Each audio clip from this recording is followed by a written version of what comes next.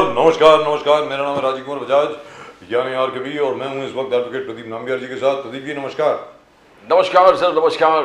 आप सब लोगों को नेशन नाउ की तरफ से जय हिंद, जय महाराष्ट्र, जय भवानी, जय शिवाजी, वंदे मातरम। वंदे मातरम। प्रदीप जी, सभी दर्शकों को अस्सलाम वालेकुम, गुड इवनिंग, सत श्री अकाल। फ्रेंच में bonsoir, चाइनीज में ni hao, जापानीज में konnichiwa। Pradeep ji, Amar Yako Jabo to our viewers in East Africa, South Africa, the continent of Africa, wherever they speak Swahili. wherever they speak Swahili and very soon wherever they speak Portuguese. Yes, sir. We'll have that as well. So which means both Brazil and Portugal will be watching us. Bilkul. They're already watching us, but we'll have something for them as well. But that's fantastic. So Pradeep ji, suspense continues over the CM of Maharashtra. बिल्कुल। मुख्यमंत्री कौन बनेगा? कौन बनेगा मुख्यमंत्री?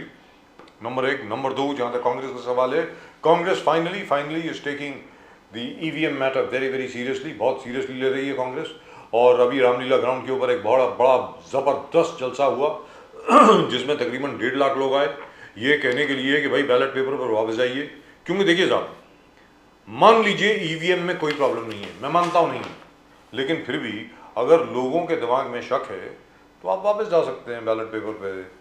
And also a lot of people have actually complained about the discrepancies in their various constituencies in terms of the voting, and I think if the Congress and the other related parties were to approach the Election Commission of India and after that the courts with proper documentary proof, I am reasonably certain. Yes. I am reasonably certain. You need to just verbally saying आंदोलन जन आंदोलन है, EVM खराब है, EVM को हटाओ और ballot paper लेके आओ। You need to substantiate that with evidence. And now शायद हो भी पाएंगे because बहुत सारे कैंडिडेट्स ने ऑलरेडी अप्लाई कर दिया है, पैसे भी भर चुका है कि we want a recounting where to tally the EVM and the VVPATs. So ultimately this debate is going to get us result. जी बिल्कुल। At the end of the day, we have to know one way or the other. बिल्कुल। You can't have a situation every time there is an election that भाई EVM fraud है, EVM fraud है, EVM fraud है। एक बार के लिए इस debate को, इस वार्तालाप को, इस विवाद को समाप्त होना चाहिए। एंड नाउ अभी आज के तारीख में कॉन्क्रीट मूवमेंट हो रहा है कांग्रेस के तरफ से भी and the other party Sharad Pawar गुट जो है, they have been continuously not only but legally taking it up by applying to the local authorities to check the EVMs check करो और टैली करो वीवीपीएटी के साथ जी। तो definitely we are moving towards one or the other. Either if it's a fraud, it's a fraud. If it's not a fraud, it's a proper result. That means the people's mandate are absolutely clear. Absolutely. Now at the moment with us, I think we've got Mr. Nasir Hussain from the Congress Party and we've got Mr. Mukesh Gandhi from the NCP Ajit Dada Pawar. Can we go across to them please? Nasir Saab, namaskar. नमस्कार। और मुकेश गांधी साहब, आपको भी नमस्कार। कैसे हैं? नमस्कार, मजे में जी, जबरदस्त। बड़ी गंभीरता से बोले दोनों के दोनों, लगता है कोई खुश नहीं है। सर क्या हो गया? अभी भी वही हिंदुस्तान है, सब कुछ वही है, फर्स्ट क्लास है, कोई टेंशन नहीं है। लेकिन नासिर साहब, वो देखा रामलीला ग्राउंड के ऊपर जो रैली हुई, 1.5 लाख से ज्यादा लोग ईवीएम को लेकर के, जबरदस्त। तो I hope this will be a country wide movement to bring back ballot paper, कि बैलेट पेपर वापस आना चाहिए। मेरा ये मानना है कि अगर ऑपोजिशन सीरियस है इसके बारे में, तो एक तो पूरे सबूत इकट्ठे करे और वो सबूत जाकर के कोर्ट के सामने पेश करे। नासिर साहब, अब आप बोलें प्लीज। हेलो जी, बोलिए सर, बोलिए। We can't see you but we can hear you. आपको आप दिख नहीं रहे हैं लेकिन आपको सुन रहे हैं। हाँ, आप दिख भी रहे हैं। जी बोलिए सर। जी, आपकी आवाज पता नहीं क्यों आज ब्रेक होगी, मुझे आ रही क्लियर। जी, ब्रेक होके आ रही है भाई, जरा ऑडियो देखिए प्लीज। अभी ठीक है सर? हेलो, मुझे सुन पा रहे हैं क्या? नासिर साहब, अभी ठीक है क्या? हाँ, अभी आपकी सवाल दोहराएंगे क्या आप? सवाल ये है कि ईवीएम को लेकर के कितनी गंभीर है इंडिया अलायंस, उसके बारे में जरा बताएं प्लीज। ओके, प्रदीप जी, बजाज भाई नमस्कार। नमस्कार। कहना सवाल बहुत ज्यादा नहीं है। कुछ सवाल है कि अगर हम मुतमईन नहीं है तो आप मुतमईन तो हमें करेंगे। 40 से 45% वोट अगर हमें आ रहा है, यानी हमारी इंडिया अलायंस को आता है, तो हमें जानने का हक है कि ईवीएम से हम नाखुश क्यों हैं। अगर ईवीएम सब कुछ बेहतर है तो एक बार आप उसकी टेस्ट कराइए, हमें मुतमईन करिए कि आखिर ईवीएम में क्या वजह है कि हम सवाल उठा रहे हैं। क्योंकि 149 सीटों पे भारतीय जनता पार्टी लड़ती है और 132 जीत जाती है। ऐसा कैसे मुमकिन है कि ऐसा कौन सा वेव महाराष्ट्र में भारतीय जनता पार्टी के तरफ बह रहा था जो वो 132 सीट जीत के आ जाती है 149 सीट पर लड़ने पे। ये सवाल है। हम अगर ईवीएम पे सवाल खड़ा कर रहे हैं तो इसका जवाब देना इलेक्शन कमीशन का राइट है और हमारा क्वेश्चन पूछना भी राइट है। तो आप हमें मुतमईन करें कि क्यों ये सही है और हमारी सवाल क्यों गलत है। इसका जवाब इलेक्शन कमीशन को तो देना पड़ेगा, क्योंकि ये सवाल हमारे से जुड़ा हुआ नहीं है। जो हमें 44% वोट पूरे इंडिया अलायंस को आ रहा है, उसका सवाल है कि आखिर ये कैसे पॉसिबल है कि इतना बड़ा मार्जिन से वो जीत जाते हैं, जिनकी कोई वेप नहीं है, कोई हवा नहीं थी, अचानक ये हवा कैसे बदल गई। और हमें भरोसा नहीं है इस ईवीएम पे, आपको हमें भरोसा तो दिलाना पड़ेगा। आखिर हम कैसे हारे? ये हार ऐसा आसान हार नहीं। हेलो जी, बोलिए बोलिए सर, बोलिए। राशिद साहब, बात यह है कि Do something about the audio, please. Why does this take place every day? I mean, this is crazy. जी, प्रदीप जी पूछे। राहुल गांधी नाम का स्टार्टअप निकल गया है दीवाला, बीजेपी का कहना है। मोदी साहब ने कहा ओडिशा जीता, हरियाणा जीत गया, महाराष्ट्र जीत गया। क्या ये सब जगह ईवीएम से छेड़छाड़ हुआ है? आपको मानना पड़ेगा कि मैंडेट आपके खिलाफ है, mandate is against the Congress. दिवाला निकल गया है स्टार्टअप का। ठीक है, मैं समझ गया प्रदीप भाई आपकी बात को। हमने लोकसभा के इलेक्शन में 48 में 32 सीट जीत जाते हैं, तब भी हम ईवीएम की सवाल खड़ा करते हैं। हम उत्तर प्रदेश में बड़े मार्जिन से लोकसभा का इलेक्शन जीत जाते हैं, तब भी हम ईवीएम पे सवाल खड़ा करते हैं। झारखंड हम जीत गए, तब भी हम ईवीएम पे सवाल खड़ा करते हैं। कर्नाटका में हम जीते, तब भी हमने ईवीएम पे सवाल खड़ा किया। हमने जम्मू एंड कश्मीर जीता, तब भी हमने ईवीएम पे, तो हमने कब ईवीएम पे सवाल नहीं उठाया? हमने ईवीएम पे तब भी सवाल उठाते थे, आज भी उठाते। तो मैंने अभी कहा, अगर हमें कोई डाउट है, हमें आपको मुतमईन करना इलेक्शन कमीशन की जिम्मेदारी है। हमें भरोसा नहीं है कि ये ईवीएम से जो वोटिंग हो रहा है वो सही है। तो हम गलत है तो हमें गलत साबित करने का काम किसका है? इलेक्शन कमीशन का है। तो इलेक्शन कमीशन क्यों भाग रही है? वो एक बार मुतमईन कर दे, इसके बाद नेक्स्ट देख लेगी। देश की आवाम जानना चाहती है, देश के तमाम लोग जानना चाहते हैं, आखिर हम ईवीएम पे क्यों नहीं भरोसा कर रहे हैं। हम इतने सीट जीतने, हेलो जी, बोलिए। मेरी आवाज फर्स्ट क्लास आ रही है सर, आपकी आवाज बहुत बढ़िया आ रही है, बोलिए। हाँ, तो जो क्वेश्चन हमने राइज किया है उसका आंसर इलेक्शन कमीशन की तरफ से आना चाहिए। हम यही सवाल कर रहे हैं और ये सवाल में कहां गलत है ये तो इलेक्शन कमीशन को बताना पड़ेगा। और हमने तमाम जगह ये बात को रखी है, राइटिंग में रखा है कि हमारे लोगों का वोट काटा गया, हमारे लोगों का नाम चिन्हित करके हटाया गया। उस पर कोई जवाब नहीं देते हैं। कैसे बैटरी 99% चार्ज रह सकता है उसके? बोलिए नासिर हुसैन साहब। हाँ, मैं वही कह रहा हूं, 99% बैटरी कैसे चार्ज हो सकता है, ये हमने सवाल उठाए। तो कई सवाल हमने उठाने के बाद इलेक्शन कमीशन ने उस पर कोई जवाब नहीं दिया है। तो हम इसलिए हमें भरोसा नहीं है। इसका भरोसा कौन देगा? तो ये भरोसा देना इलेक्शन कमीशन का, यही हम सवाल बार बार राइज कर रहे हैं प्रदीप जी।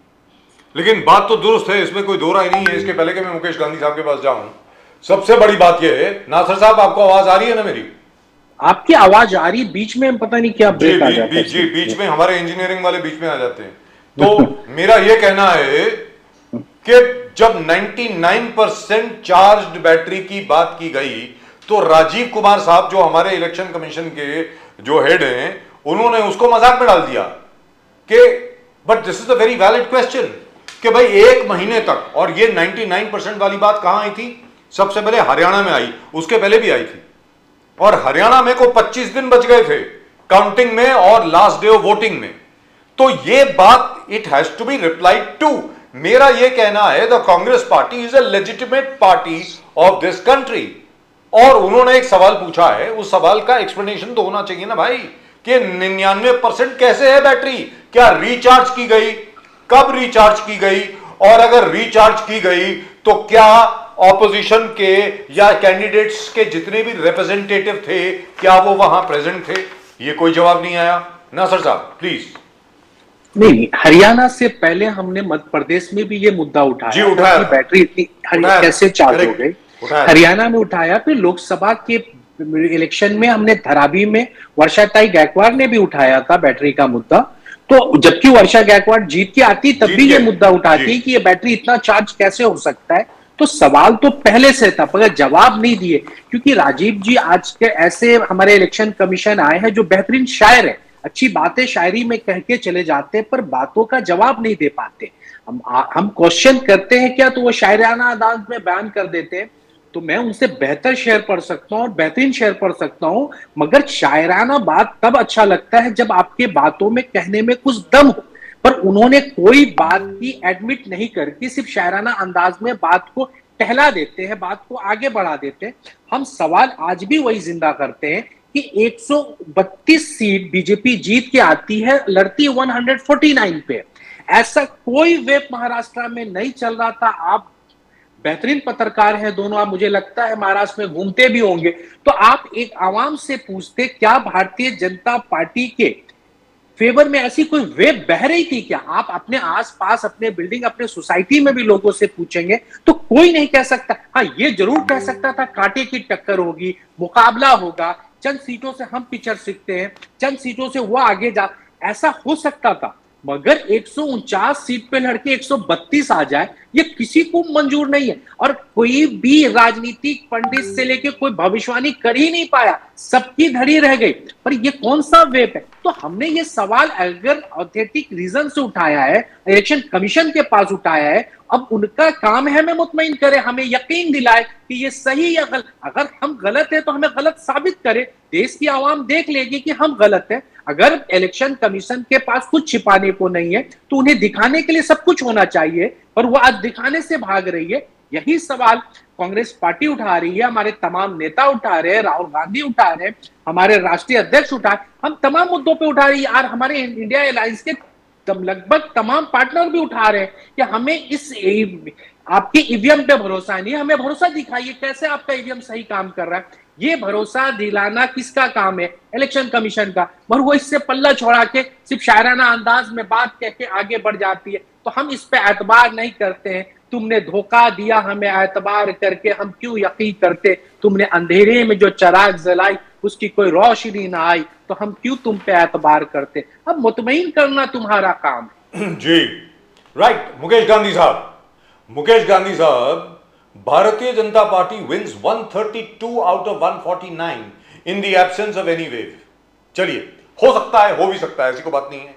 लेकिन जो सवाल उठाए गए हैं, फॉर एग्जाम्पल वो अवधन गांव है जहां से कुलदीप बाबा पाटिल कांग्रेस के मेंबर ऑफ पार्लियामेंट वहां रहते हैं, पोलिंग बूथ उनका वहीं पर है। वो कहते हैं कि भाई पूरे गांव में कांग्रेस को 0 वोट पड़े, 0। कहते मैं मानता हूं किसी ने मुझे वोट नहीं दिया, मेरे परिवार वालों ने भी मुझे वोट नहीं दिया। अरे मैंने तो अपने आप को वोट दिया, वो 1 वोट तो आना चाहिए था सर, 0 वोट। अब मुकेश गांधी आप बोलें, what is this sir, please.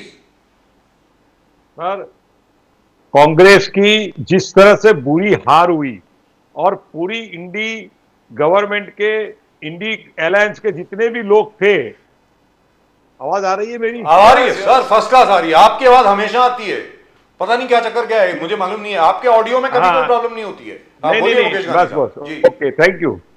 तो इंडी गवर्नमेंट, अलायंस के जितने भी लोग हैं वो अपनी अपनी हार के कारण एक नया मुद्दा ईवीएम का उठाते हैं, इमोशनल वेरिफिकेशन मशीन बना दिया इसको, और उसको इमोशनल ब्लैकमेल करने का काम आजकल चल रहा है। ये बहुत गलत है। आज अगर मोदी जी को करने का था तो लोकसभा के इलेक्शन में ही मोदी जी ईवीएम मशीन का जादू चला के 400 पार कर लेते थे। उन्होंने क्यों नहीं किया?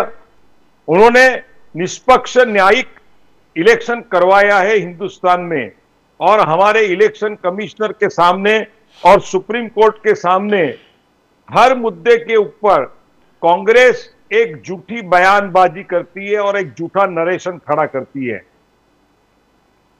आज जी संविधान के ऊपर भी इसी तरह से बात की, आरक्षण के बारे में इसी तरह से बात की। अभी कोई मुद्दा नहीं मिला तो अपने लोगों को अपनी पार्टी से निकल नहीं जावे, इसके लिए उनको झूठ को बचाने के लिए, संभालने के लिए इन्होंने ईवीएम मशीन का जादू किया है। इलेक्शन कमिश्नर हर प्रश्नों का जवाब दे चुका है, आपने टीवी चैनल पे देखा है। शायरी करने से कोई जवाब नहीं देता है, पर जब बात को समझाते हैं आदमी और समझाने के बाद में उसको एक्सप्लेन करते हैं, फिर भी ऑपोजिशन वाले अपने नरेशन और अपने बेहुदे वर्तन से इलेक्शन कमिश्नर को, सुप्रीम कोर्ट को चैलेंज करते हैं। तो उनको सॉफ्ट करने के लिए एक शायरी सुना दी, तो उनकी बेइज्जती करना ये हमारे कांग्रेस के प्रवक्ताओं का पुराना अंदाज है। ये अंदाज मुझे नामंजूर है। और 5 महीने में आप लोग कहते हैं कि 5 महीने में क्या मैंडेट चेंज हो गया? अरे मैं तो हमेशा एक शेर कहता हूं ना कि बात ही बात में विश्वास बदल जाता है और रात ही रात में इतिहास बदल जाता है। तो भैया 5 महीने के अंदर जो नरेशन थे वो बोगस थे, और लोगों के अंदर विश्वास खड़ा हो गया कि ध्रुवीकरण की राजनीति जिस तरह से कांग्रेस मौलवियों को ले लेकर के कर रही है, उनके सामने एक धर्मयुद्ध देवेंद्र फडणवीस ने छेड़ दिया, और उसके कारण जो ध्रुवीकरण हुआ। और जी पहली बार मुकेश गांधी जी का ऑडियो खराब हुआ है। मुकेश गांधी जी, Mr. Mukesh Gandhi has just been disconnected and Mr. Shailesh Pandey is I will here. ask Shailesh Pandey जी। शैलेश जी। पांडे जी, हाल ही में डॉक्टर बाबा अडव, एक्चुअली में डॉक्टर बाबा अडव फास्ट पे थे, 3 दिन के फास्ट पर। शरद पवार साहब विजिट किए, उनसे पूछा उनके हालचाल, और फिर उद्धव बाला साहब ठाकरे जाके उनका फास्ट को तोड़ा नींबू पानी देके। शरद पवार साहब ने कहा the greatest misuse of muscle power, the greatest misuse of money power, the greatest misuse of central agencies इस महाराष्ट्र के इलेक्शन में। पांडे जी, शरद पवार साहब का कहना है सबसे बड़ा एग्जाम्पल है दुरुपयोग ऑफ ऑल एजेंसीज जो बीजेपी ने किया है। It's a glorifying example. Sharad Pawar sahab ने कहा इससे पहले कभी ऐसे इलेक्शन में इस प्रकार से किसी ने मैनिपुलेशन नहीं देखा। पांडे जी नहीं, ये मैं शरद पवार जी के आरोप को मैं सरासर खारिज करता हूं। और ये जो महाराष्ट्र के चुनाव हुए एकदम फेयर चुनाव हुए हैं, महाराष्ट्र की जनता चुनाव लड़ी है। मैंने पहले भी कई बार कहा हूं आपके चैनल पर, आज भी कहता हूं, डंके की चोट पे कहता हूं कि लोकसभा के चुनाव में जो फेक नैरेटिव कांग्रेस ने तैयार किया था, संविधान खतरे में है, लोकतंत्र खतरे में है, आरक्षण खतरे में है, तानाशाही आ जाएगी, इलेक्शन नहीं होगी, ये सारे जो फेक नैरेटिव्स थे पहले भी उतना नहीं चला था, लेकिन इस बार बिल्कुल नहीं चला, क्योंकि हमने इनके सारे फेक नैरेटिव्स का पूरा तरह से जवाब दिया है। और हमने इस बार जो प्रचार किया और इस बार जो लोगों को समझाया, और लोगों ने समझा भी, जो हमारी योजनाएं थे, मुख्यमंत्री लाडली बहन योजना के माध्यम से जिस तरह से लोगों के पास उनके आत्म स्वाभिमान के लिए वो मदद मिली, इससे मैं देखता हूं एक टर्निंग पॉइंट का ये विषय रहा मुख्यमंत्री लाडली बहन योजना के माध्यम से। किसान सम्मान निधि जो महाराष्ट्र में सारे किसानों को लगातार मिलते आ रहा है, देश के यशस्वी प्रधानमंत्री आदरणीय नरेंद्र मोदी जी के द्वारा, इस जीत में ये भी एक बहुत बड़ा कारण है। इसके साथ ही हमारे महायुति के सरकार ने महाराष्ट्र में डेवलपमेंट की, मैं कहूंगा विकास की गंगा बहाई। आप देखेंगे मुंबई के अंदर, चाहे वो कोस्टल रोड हो, चाहे अटल सेतु हो, चाहे वो मेट्रो हो, चाहे वो सीमेंट के रोड हो, चाहे नए गार्डन्स हो, चाहे नए विरासत के काम हो, और सारे महाराष्ट्र के अंदर जो हमारे हिंदू विरासत के प्राचीन देवी देवताओं के स्थल है, वो जो 5 ज्योतिर्लिंग महाराष्ट्र में आता है, पवित्र ज्योतिर्लिंग, उनका विकासकरण, उनका पुनर्विकास, उनका सौंदर्यीकरण, और उसके साथ ही हम देखते हैं पंढरपुर में रघु विठल जी के मंदिर का जो सौंदर्यीकरण है, छत्रपति शिवाजी महाराज के जितने भी गढ़ किले हैं महाराष्ट्र में, हमारी जो विरासत है, हमारी वीरता शूरता की विरासत, उस वीरता शूरता की विरासत को सजोने का, संवारने का काम, सौंदर्यीकरण करने का काम हमारी महाराष्ट्र के महायुति की सरकार ने किया। युवाओं को नए नए रोजगार देने का काम किया और आने वाले भविष्य में हमें नए रोजगार ज्यादा से ज्यादा उत्पन्न हो, उसके लिए हमने जो देश के यशस्वी प्रधानमंत्री नरेंद्र मोदी जी ने महाराष्ट्र में डहाणू पालघर जिले में जो वाड़वण बंदरगाह का भूमि पूजन किया, जिससे कि लगभग 1 लाख से ज्यादा नए रोजगारों का सृजन होने वाला है। वो एक महत्वपूर्ण कारण रहा।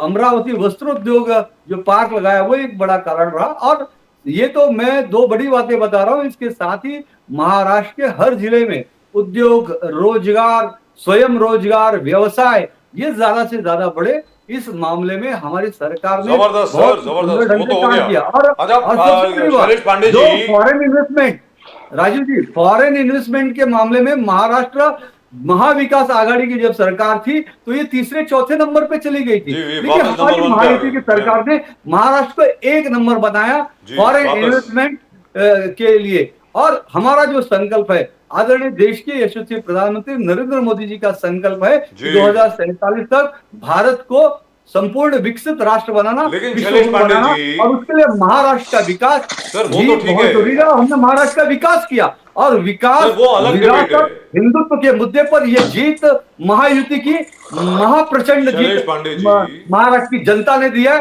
मैं आपके चैनल के माध्यम से महाराष्ट्र की समस्त जनता का भी हृदय की अथाह गहराई से बहुत बहुत धन्यवाद ज्ञापन करता हूं। Congratulations, sir. Congratulations. But here the basic point arises. In a democracy में क्या है, जैसे कानून है, ये कहा जाता है the law should not only work but should be seen to be working. That's the most important point. Election commission को जब ये पूछा जाता है कि भाई ये ईवीएम में प्रॉब्लम है एटसेट्रा एटसेट्रा एटसेट्रा, आपको लगता नहीं है शैलेश पांडे जी कि चुनाव आयोग की ये जिम्मेवारी बनती है कि लोगों में ईवीएम में कॉन्फिडेंस एक बार फिर रेस्टोर करे? जैसे आज रामलीला ग्राउंड पे 1.5 लाख से 2 लाख से ज्यादा लोग थे ये कहते हुए कि भाई बैलेट पेपर वापस लाओ। तो सर अगर ईवीएम जो आकर के अच्छी तरीके से, इलेक्शन कमीशन जो आकर के अच्छी तरीके से एक एक सवाल का जवाब दे दे तो सबके हित में होगा, पूरे देश के हित में होगा। पांडे जी बोलिए सर। देखिए राजीव जी, आज ईवीएम को मान्यता सिर्फ हिंदुस्तान में ही नहीं बल्कि दुनिया के अनेक बड़े बड़े देशों ने दिया हुआ है और वहां पर ये अच्छे ढंग से हो रहा है और हिंदुस्तान में भी अच्छे ढंग से हो रहा है। ठीक है, आपके मन में कोई प्रश्न है, कोई शंका है, कुशंका है, आप उसे पूछ सकते हैं, चुनाव आयोग जवाब देगा। लेकिन मेरा प्रश्न विरोधियों से हो रहा है जी, देश का नाम बताया ना, कौन सी जगह पर ईवीएम इस्तेमाल हो रहा है? जापान ने मना कर दिया, जर्मनी ने मना कर दिया, यूके ने मना कर दिया, यूएसए ने मना कर दिया। यूएसए में भी बैलेट पेपर इस्तेमाल होता है, यूके में भी बैलेट पेपर इस्तेमाल होता है, जर्मनी में बैलेट पेपर इस्तेमाल होता है, फ्रांस में बैलेट पेपर इस्तेमाल होता है, और तो और छोड़िए जापान में जहां पर ये मशीन्स मैन्युफैक्चर्ड की गई थी पहले, इट्स अ जापानीज डिजाइन, वहां पर भी सर, वहां पर भी they are using ballot paper. Shailesh Pandey ji अब आप बोलें प्लीज। देखिए राजीव जी, मैं विरोधियों का प्रश्न का जवाब मेरे प्रश्न से करना चाहूंगा। बोलिए ना सर प्लीज। ये जो कांग्रेस एनडीए अलायंस है, विरोधी दल है, जब झारखंड के चुनाव आप जीत जाते हैं तब तो ईवीएम सही होता है। जम्मू कश्मीर में आप चुनाव जीत जाते हैं, भारतीय जनता पार्टी चुनाव हार जाती है, तब तो वहां पे ईवीएम ठीक था। लोकसभा के चुनाव में इसी ईवीएम से चुनाव हुआ था और हम पिछड़े थे और आप खूब आगे थे, तब तो आप ढोल बजा बजा कर खुशियां मना रहे थे, तब ईवीएम को गाली नहीं दे रहे थे। लेकिन जब जहां आप चुनाव हारते हैं तो वो उसका सिकरा ईवीएम पे फोड़ते हैं। ये मुझे ऐसा लगता है ये 2 मुही वाली बात होगी और इस तरह की बातें नहीं होनी चाहिए। मैं तो देखो, मैं हमेशा से राजीव जी ये मानता हूं, कहते आया हूं कि लोकतंत्र को मजबूत रखने के लिए सत्ता पक्ष और विपक्ष दोनों एक गाड़ी, देश के हित में सत्ता पक्ष का हमेशा साथ अच्छे कामों के लिए देना चाहिए। लेकिन सिर्फ विरोध करना है इसलिए आप हर चीज का विरोध करोगे, ये योग्य नहीं लगता है। आप चुनाव आयोग पे आरोप लगाओगे, आप ईवीएम मशीन पे आरोप लगाओगे हारने के बाद, आपको खुद के गिरेबाग में भी झांक के देखना चाहिए कि आखिर में ऐसा क्या हुआ, आपके क्या कृत्य रहे जिसके कारण महाराष्ट्र की जनता ने आपको चुनाव हरवाया।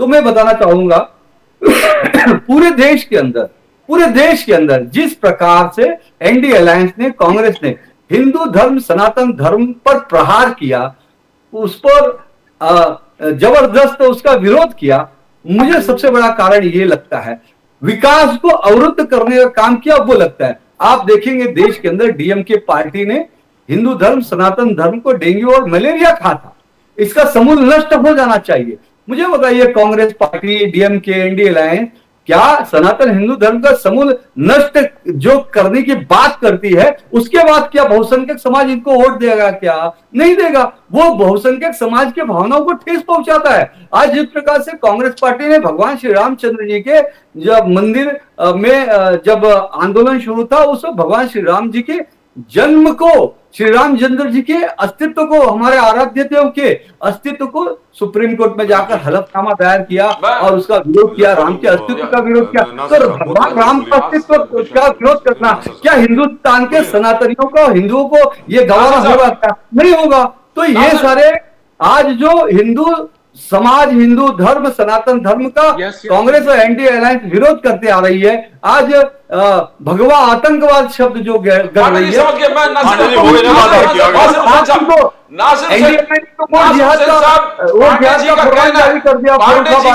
वो जिहाद के खिलाफ तो हिंदू समाज और बहुसंख्यक समाज बीजेपी के माइक्रो प्लानिंग को क्रेडिट नहीं दे रहे हो। माइक्रो प्लानिंग जो बीजेपी ने किया है उसको आप क्रेडिट नहीं दो। राज ठाकरे साहब के टीम खड़े हो गए, कई थर्ड मराठा फोल्ड खड़ा हो गया थर्ड फ्रंट के हिसाब से, और आगे जाके जो उन्होंने कहा कि जिस प्रकार से जो पोलराइजेशन सज्जाद नोमानी से लेके अलग अलग, तो ये जो आपने हिंदुत्व को जिस प्रकार से नजरअंदाज किया या आलोचना किया, you are paying the price for that. Nasir Hussain साहब। नहीं ठीक है प्रदीप भाई, मैं ज्यादा उनके सवालों को नहीं सुन पाया उन्होंने क्या बोला, क्योंकि बीच में पता नहीं उनका ऑडियो मुझे आ नहीं रहा। फिर भी जितना सुना मैं उतने जवाब देता हूँ। उन्होंने कहा किसानों का मुद्दा पैदा कहा उन्होंने कि उनकी सरकार ने किसानों के लिए बेहतरीन काम किया है। तो मैं ये जानना चाहता हूँ अमरावती में 1400 किसान ने कैसे सुसाइड कर लिया? आप बताना पड़ेगा। विदर्भ में किसान क्यों मर रहे हैं, मराठवाड़ा में किसान क्यों मर रहे हैं? जब किसानों के लिए इतनी बेहतरीन काम की, तो हिंदुस्तान की पहली स्टेट है जो सबसे ज्यादा सुसाइड करने वाला किसानों के लिए है, तो महाराष्ट्र है। अभी इन्होंने कहा अटल की, तो अटल ब्रिज क्या बुनियाद क्या इन्होंने डाला है क्या? इसके लिए कांग्रेस की सरकार ने काम किया है। इसके बाद काम के रफ्तार को आपने जरूर बढ़ाया है, पर काम तो पहले से हो रहा था। कोस्टल रोड का किसने बुनियाद डाला है? आप बताइए, क्या उद्धव ठाकरे ने उसकी बुनियाद नहीं डाली है? तो आप कुछ चीजों को अपने नाम पे क्रेडिट ले सकते हैं क्योंकि वो काम पहले से शुरू था, उस काम को अपने आगे बढ़ाइए। इन्होंने कहा छत्रपति शिवाजी महाराज की बात की। छत्रपति शिवाजी महाराज का अपमान किसी ने किया तो भारतीय जनता पार्टी ने किया। उनको सावरकर के बराबर किसने खड़ा किया था? सुधांशु त्रिवेदी जो बीजेपी के एक प्रवक्ता है, वो जो मेंबर ऑफ पार्लियामेंट है, उन्होंने कहा था सावरकर अटल शिवाजी महाराज के बराबर लाके खड़ा किया सावरकर को। ऐसे कैसे मुमकिन है? तो उस दिन आपने छत्रपति शिवाजी महाराज का अपमान किया, उनके 36,000 करोड़ का पुतला आपने गिराया, उसका भ्रष्टाचार किया, तो आपने उनका अपमान किया। सावित्रीबाई फूले का अपमान हुआ, बाबा साहब अंबेडकर का अपमान, तमाम लोगों का अपमान किसी ने किया? भारतीय जनता पार्टी ने किया। हमने संविधान की जब बात की तो इन्हें संविधान से बड़ी नफरत है। हमने जब संविधान की बात की तो ये बोलते हैं इन्होंने फेक नैरेटिव चलाया है। अरे उस फेक नैरेटिव कैसे हो सकता है? संविधान ने बोलने की आजादी दी। हमने सदन के अंदर जब आवाज उठाई, 176 पार्लियामेंट एक दिन के अंदर, 1 घंटे के अंदर आपने संसद से बाहर कर दिया। आपने ये क्या संविधान की हत्या नहीं थी? संसद के अंदर अगर विपक्ष का संसद सवाल उठाए, आप उसे सदन से बाहर कर दो। इसे बोलते हैं संविधान पे हमला, लोकतंत्र पे हमला, क्योंकि जनता ने ही विपक्ष को चुना था। किसी दूसरे देश के लोगों ने नहीं सुना था। हिंदुस्तान की आवाम ने ही विपक्ष को चुन के संसद के अंदर भेजा। हमने जब संसद में आवाज उठाई, आपने 176 को एक दिन के अंदर आपने संसद से बाहर कर दिया। लोगों की आवाज नहीं उठाने दी, किसानों की आवाज नहीं उठाने दी, महिलाओं की आवाज नहीं उठाने दी, किसानों के लिए कील कांटे बिछा दिए दिल्ली के अंदर, लोगों को आने नहीं दिया। जिस किसानों ने आवाज उठाई उसे आपने खालिस्तानी बता दिया, पाकिस्तानी बता दिया, पता नहीं कौन कौन सा टूल किट से आपने नवाज दिया।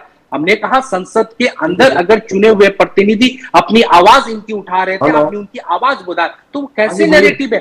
आरएसएस ने कहा था कि अब आरक्षण का ये करना चाहिए, अब आरक्षण खत्म कर देना चाहिए, अब बराबरी में लाके खड़ा। तो हमने कहा कि अब संविधान खतरे में आ गया, लोगों की रिजर्वेशन खतरे में आ गई, और लोगों ने यकीन किया। ऐसा नहीं है कि लोगों ने यकीन नहीं किया, लोगों को लगा कि अगर इनके हाथ में अगर चली गई पावर तो ये सच में संविधान बदल देंगे। अगर नासिर हुसैन कांग्रेस का प्रवक्ता अगर यहां झूठ बोल जाए तो चल सकता था, मगर संसद के अंदर चुना हुआ प्रतिनिधि हेगड़े जो कर्नाटक से मेंबर ऑफ पार्लियामेंट आए थे, उन्होंने कहा था कि हमें 400 सीट चाहिए, हमें संविधान बदलना है। कोई आम नेता नहीं बोल रहा था, भारतीय जनता पार्टी के मेंबर ऑफ पार्लियामेंट ने बोला। अयोध्या के अंदर लल्लू कुमार जी ने बोला हमें 400 सीट चाहिए, हमें संविधान बदलना है। तब ने हमने लोगों के सामने अपनी बात रखी। भारतीय जनता पार्टी के चुने हुए मेंबर ऑफ पार्लियामेंट अगर कह रहे हैं हमें संविधान बदलना है, हमें 400 सीट दे दो, तो हमने लोगों के पास मैसेज दिया।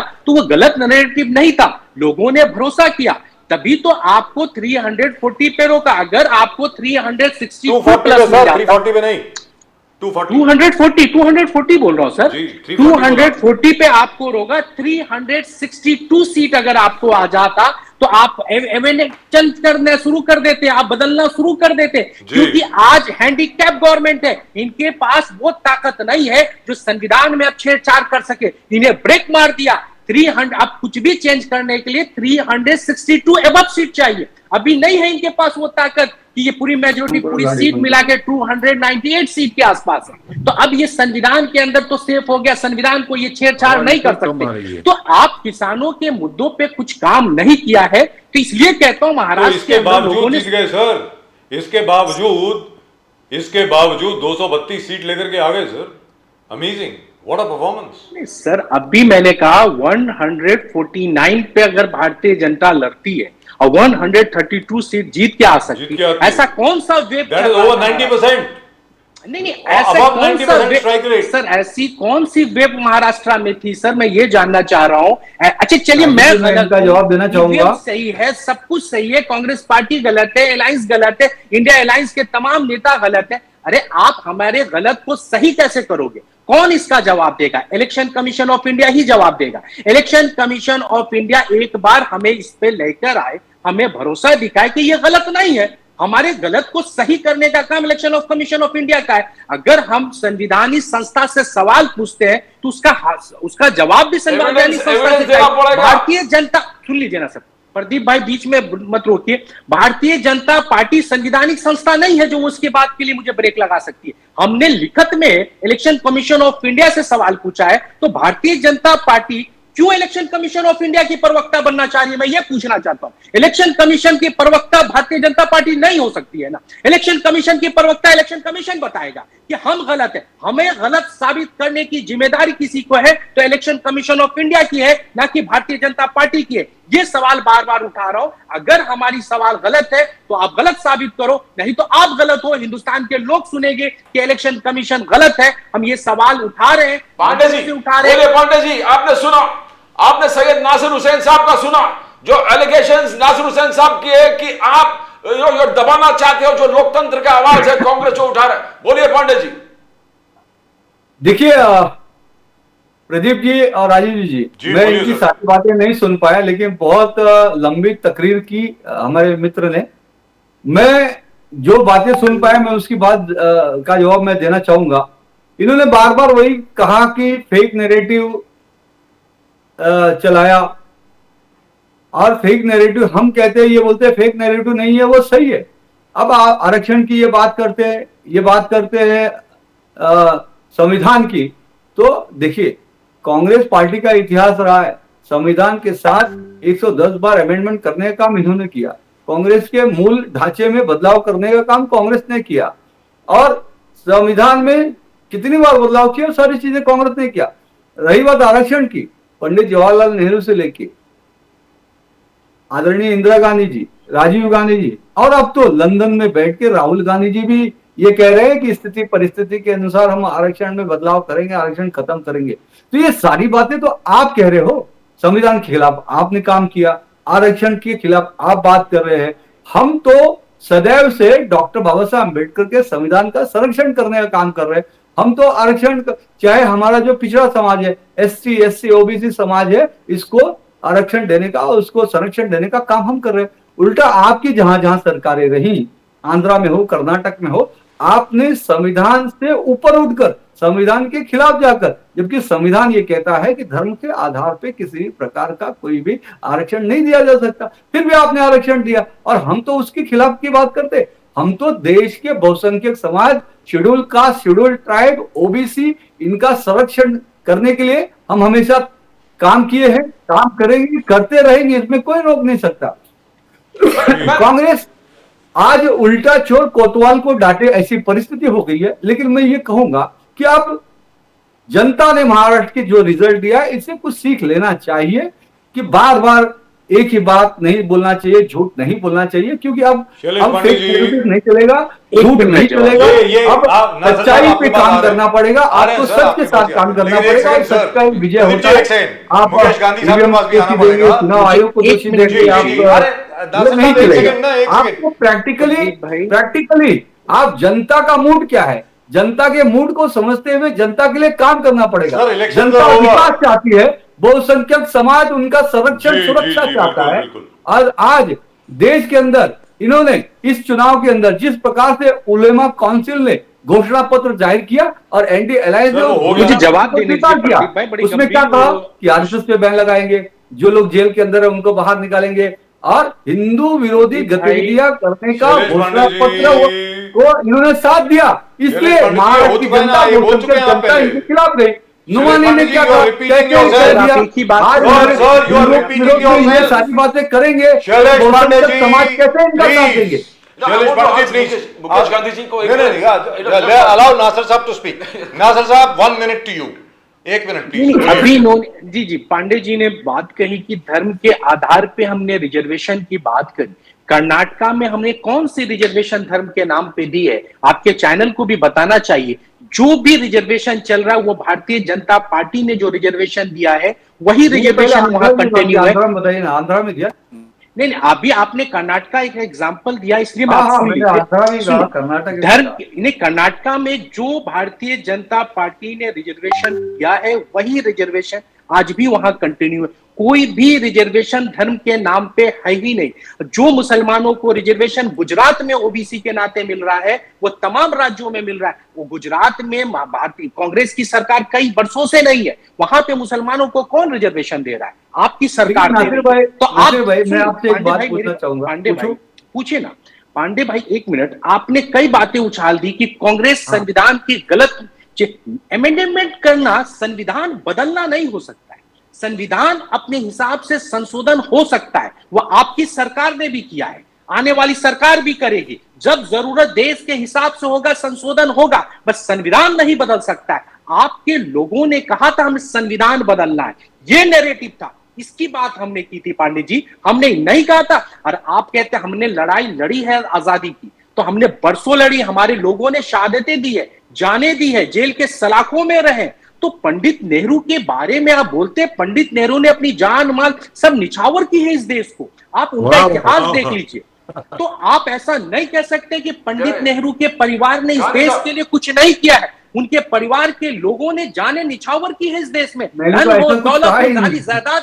वहां सुन लीजिए ना, आपने मैं अपनी तरफ से कैसे कह रहा हूं, देश के आजादी में जिसका जो योगदान है वो योगदान रहेगा, उस पर कोई योगदान सुन लीजिए, 1 मिनट बस 30 सेकंड में मैं करेगा। पांडे जी मैं 30 सेकंड से ज्यादा नहीं लूंगा। अगर पांडे जी 30 सेकंड में लूंगा, पांडे जी उनको मेरे बात प्रणाम करता हूं, मैं सिर्फ 30 सेकंड में अपनी बात खत्म कर दूंगा, इससे ज्यादा मैं 1 मिनट। बंटवारा जिस हिसाब से कांग्रेस सुन लीजिए, आज बहुसंख्यक समाज पांडे जी उनको बोलने नहीं होना चाहिए था।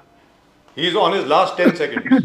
जी नासिर साहब अपनी बात आप खत्म देख, करें, फिर मुझे आपने मुकेश कहा गांधी उन्होंने साहब की आनंद भवन इलाहाबाद में आज भी मौजूद है, जिसकी कीमत 5,000 करोड़ से ज्यादा की। जी। वो किसने दिया इस देश को? कांग्रेस की पार्टी ने ही दिया है। कांग्रेस ने ही आप बताइए, भारतीय जनता पार्टी ने इस देश को क्या दिया है? एक भवन का नाम बताइए जो भारतीय जनता पार्टी और आपके महापुरुषों ने दिया। हम कहते हैं हमारे महापुरुषों ने ये चीज दिया है, आपके पास है दिखाने को तो आप बताइए इस चैनल पे कि हाँ हमारे महापुरुषों Right, ने we ये heard भवन that. दिया I है। want to आपके ask पास गांधी साहब, नहीं गांधी हो सकता है। साहब, तो गांधी, सुन लीजिए। मुकेश गांधी साहब, अजीत पवार जी ने कहा कि ईवीएम का कोई दोष नहीं है, यू रिजेक्टेड। आप हारते हो, कांग्रेस हारते हो तो ईवीएम को ब्लेम करते हैं। बारामती में स्वीप था और पूरे पश्चिम महाराष्ट्र में अजीत पवार स्वीप किए।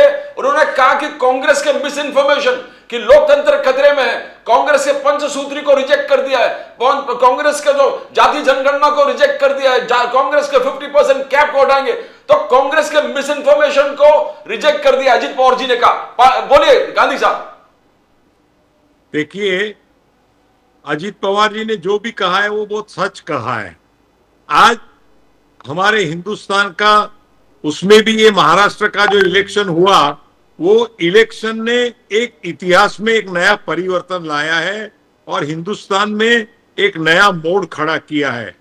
जो कितने हजारों सालों से हमारे भारत के अंदर जो हिंदू सनातन धर्म के ऊपर जो दमन का कार्य चल रहा था, जिस तरह से हमारे इतिहास के पन्नों को पलटा पलटा के निकाल देते थे, उसके ऊपर कालीमा लगाते थे, और जो कांग्रेस ने एक झूठा इतिहास हिंदुस्तान का लिखने का काम दिया नेहरू जी के टाइम से, और हमारे देश की गरिमा, गौरव, अस्मिता बढ़ाने का और युवाओं में वो भावना खड़ी करने वाला इतिहास बदल दिया।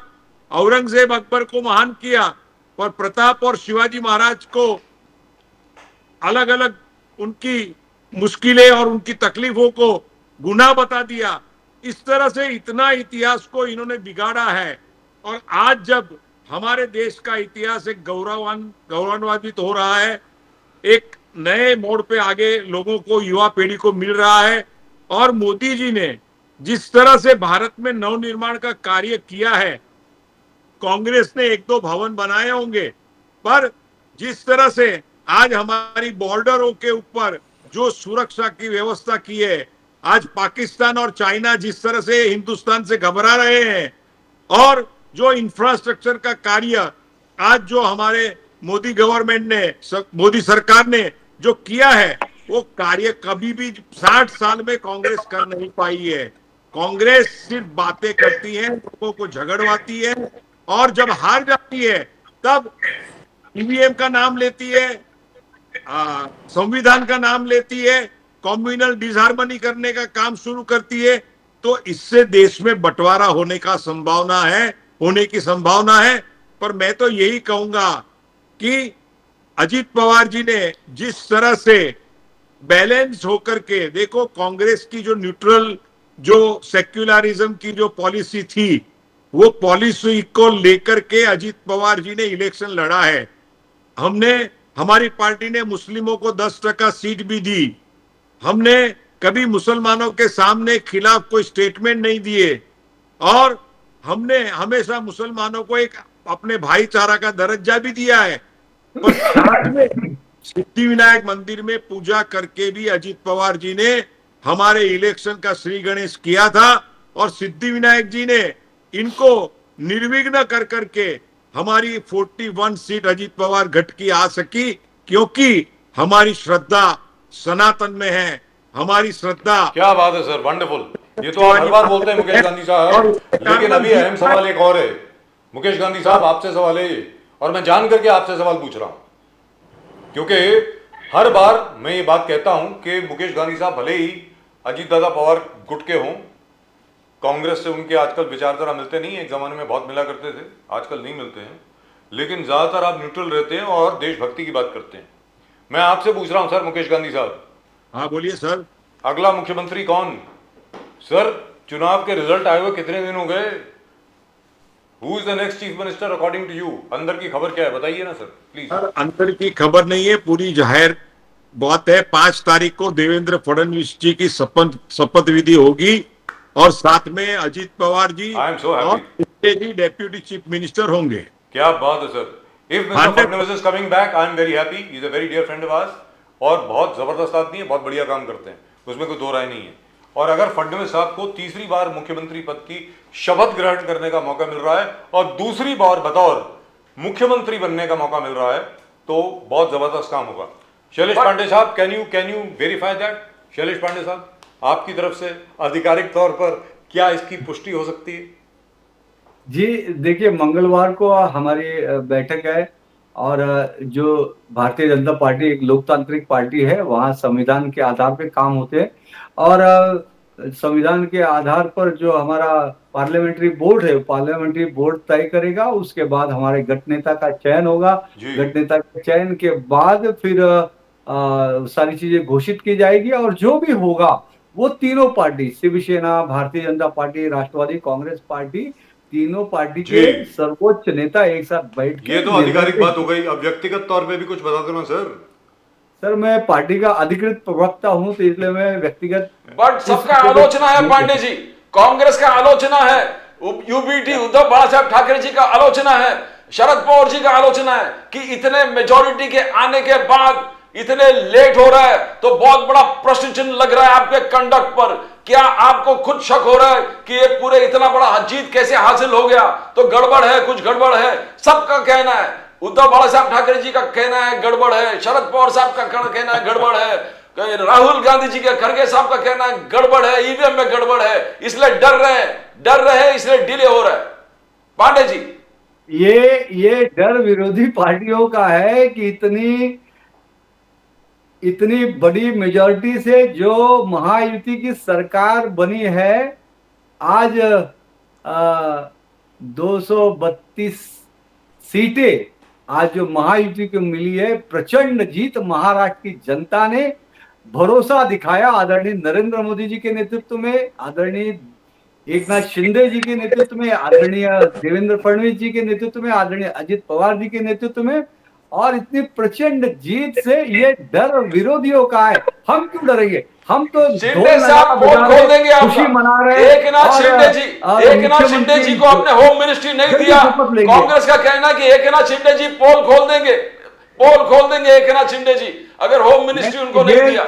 असलियत बात कर देंगे लोगों के सामने। ये जो बोल रहे हैं, तो एकनाथ शिंदे जी का प्रेस कॉन्फ्रेंस नहीं सुने क्या? एकनाथ जी शिंदे जी जो बयान दे रहे हैं टेलीविजन के माध्यम से, न्यूज चैनल के माध्यम से, वो नहीं सुने क्या? उन्होंने स्पष्ट तौर से कहा है कि वो भारतीय जनता पार्टी जो तय करेगी, जो सर्वोच्च नेता देश के यशस्वी प्रधानमंत्री नरेंद्र मोदी जी, आदरणीय अमित शाह जी और सर्वोच्च जो पार्लियामेंट्री बोर्ड है वो तय करेगी, वो उनको मान्य है। उन्होंने तो एग्री किया, वो तो खुश है, वो तो साथ में है। ये महायुति की जो एकता है ना प्रदीप जी, ये महायुति की जो यूनिटी है, एकता है, ये विरोधियों से देखी नहीं जा रही है।